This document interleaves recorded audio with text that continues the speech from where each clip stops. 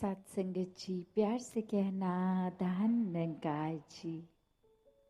सत्संग में पिछले कुछ घंटों से सभी भाव जो वक्ता बोले, वो चाहे साधन कुछ भी रहा हो, भजन रूप हो, स्पीच रूप हो, कविता रूप हो, तो एक ही मकसद इस इंसानी जन्म का कि ये जीवन को जीने का तरीका क्या है।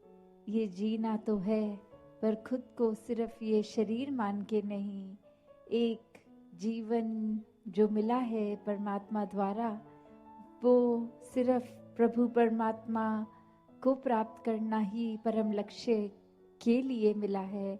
बाकी काम काज और जो भी इस जीवन में जीते जी होता है, वो तो साथ साथ एक स्वाभाविक रूप में हो जाता है। पर ये आत्मा का कल्याण जीते जी ही इस ब्रह्म ज्ञान द्वारा इस परमात्मा को प्राप्त करके होता है। तो एक आत्मा जो हमेशा से एक बंधन में बंधी हुई, एक सैल्वेशन, मुक्ति, आज़ादी की बात इस आत्मा की, तो वो मनुष्य जन्म में ही संभव है। तो जीते जी समय न्या व्यर्थ किया जाए, ऐसा ही संतों ने सिखाया है कि हल कोई भी चीज़ का हो, वो मन में देव परमात्मा निराकार के आने से ही होगा, वरना तो ये परिस्थितियों ने आना जाना है। तो कैसे ये आत्मा का हल, ये सल्यूशन, ये मुक्ति, ये परमात्मा की जानकारी और उसी से अपनी आप की जानकारी होती है कि वाक्य में तो शरीर तो कुछ सालों का ही है, असल में तो इस आत्मा की पहचान ये परमात्मा है। और जीते जी इस रास्ते पे चलेंगे और अपने आप को मानवीय गुणों से भर कर चलेंगे, तो ही वाक्य ही ये जीवन जीने के लिए एक असली जीवन, मनुष्य जीवन, दैवीय गुणों से भरा हुआ एक मुकम्मल जीवन होगा। और इसी समय फिर ये हकदार भी मृत्यु के बाद भी ये मोक्ष का, मुक्ति का। तो हर किसी ने हर समय पे यही मनुष्य को रास्ता दिया, जो आज भी संत दे रहे थे कि जीने को पूरा जीवन जो मिला है उसको कैसे जीना है।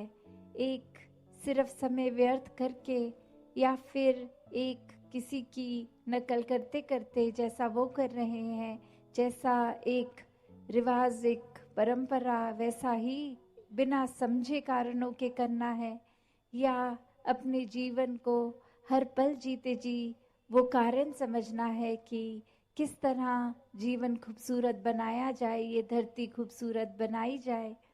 जिस समय हम इस धरती पे आए, ये धरती को जब छोड़ के जाएं, तो किस तरह उसको और सुंदर बना के जाना है।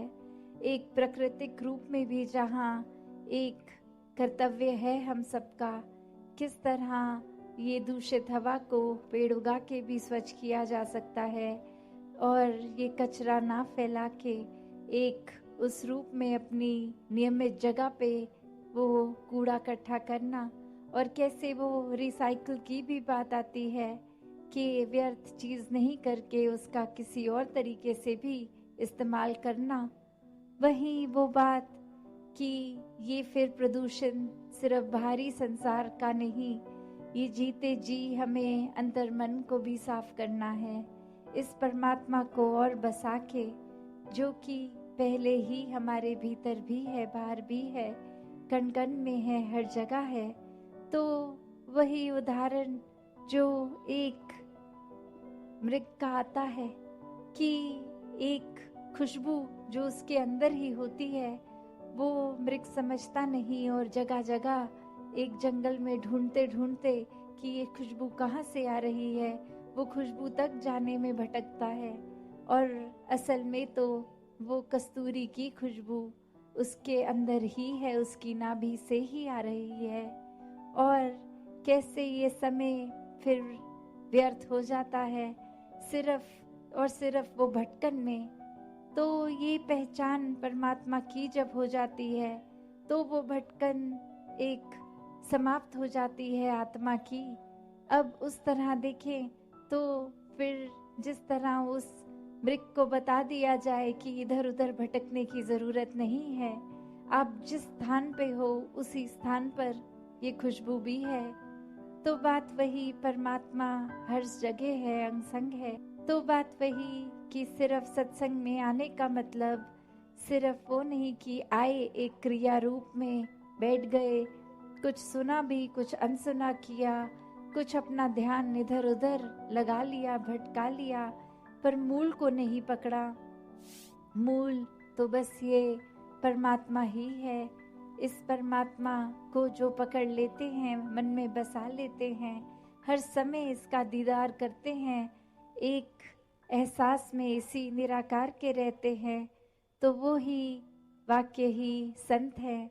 उनका जीवन हर पल भक्तिमय है, वरना तो भक्तों के ऊपर ऐसे जीवन जीने के लिए उनका तो कारण था ये परमात्मा। पर दुनिया ने सिर्फ एक वो पकड़ लिया कि जिस तरह उन्होंने किया हम भी वही करेंगे, पर मूल नहीं पकड़ा, ये परमात्मा को जानने की जिज्ञासा नहीं अंदर रखी, इस परमात्मा को प्राप्त नहीं किया। तो फिर सिर्फ एक दिखावा, एक नकल रूप ही करना तो एक जीवन को सफल नहीं बनाया। क्योंकि वो एक उस तरह की बात है कि अगर कोई एक घाव है, चोट है, तो उसको पहले मरहम लगा के वो अपनी त्वचा को, स्किन को नॉर्मल करना है, वरना तो एक छुपाने के तौर पे ऊपर से मेकअप लगा के भी छुपा दिया जाता है। तो बात वही कि ये ऊपर की सुंदरता नहीं, ये अंदर से भी सुंदर होना है। ये हर किसी के अंतर मन की जो भटकन ये आत्मा की, ये सिर्फ और सिर्फ इसका समाधान ये परमात्मा ही है। जैसे ही इस परमात्मा को देख के भक्ति की शुरुआत की जा सकती है, उसी तरह फिर अपने मनों में और गुणों को भी अपनाया उसी पल से जाया जा सकता है। और वो फिर एक ऊपरी मेकअप की तरह अच्छा व्यवहार नहीं, एक अंदर से वो जिस तरह इस नाभि में खुशबू उस मृग के, तो वही अंदर से बाहर की सुंदरता तभी बनती है जब एक एक मानवीय गुण हम पहले खुद बन जाते हैं। सिर्फ प्यार की बात ही नहीं, पहले प्यार बनकर फिर प्यार बांटना। सिर्फ एक विशालता की बात नहीं, इस विशाल निराकार परमात्मा से जुड़ गए। ये इतना विशाल जिसका कोई अंत ही नहीं है, कोई शुरुआत ही नहीं है। जब इसके साथ मन जोड़ लेंगे तो हम भी अपना मन इतना विशाल बना लेंगे कि सबको अपना लेंगे। हर किसी की कमियां हो ना हो उससे फर्क नहीं, कि सब प्यारे हैं, सभी इस परमात्मा की संतान हैं, सब में यही एक परमात्मा का निवास, सभी प्यारे, सभी श्रेष्ठ। और कोई भी और फिर हम जो मानवीय गुण सोचे भी, वो स्वयं बनना बहुत ही आसान हो जाता है। सिर्फ इस परमात्मा के ऊपर अपने मन को टिकाकर वो गुण खुद ब खुद हमारे अंदर आ जाते हैं। तो ऐसा व्यवहार, ऐसा जीवन हर एक के जीवन में आना संभव है। सिर्फ और सिर्फ उसके लिए ये अपने अहंकार का त्याग करना जरूरी है। क्योंकि एक अहंकार आते ही जब ये लगता है कि हमको कोई क्या सिखाएगा, हमें तो पहले ही सब कुछ आता है, हम जिस रास्ते पे चल रहे हैं वो रास्ता ही सबसे ठीक है, और किसी के पॉइंट ऑफ व्यू, नजरिया, रास्ता तो कोई मायने ही नहीं रखता। एक हमसे ज्यादा बुद्धिमान कौन होगा, हमसे ज्यादा शारीरिक बल किसमें होगा, हमसे ज्यादा आकर्षित करने वाला अपनी बातों से एक भारी सुंदरता से कौन होगा। ऐसा करते करते अगर भाव ये अहंकार के ही हो मन में, तो फिर तो कोई क्या ही सीखेगा।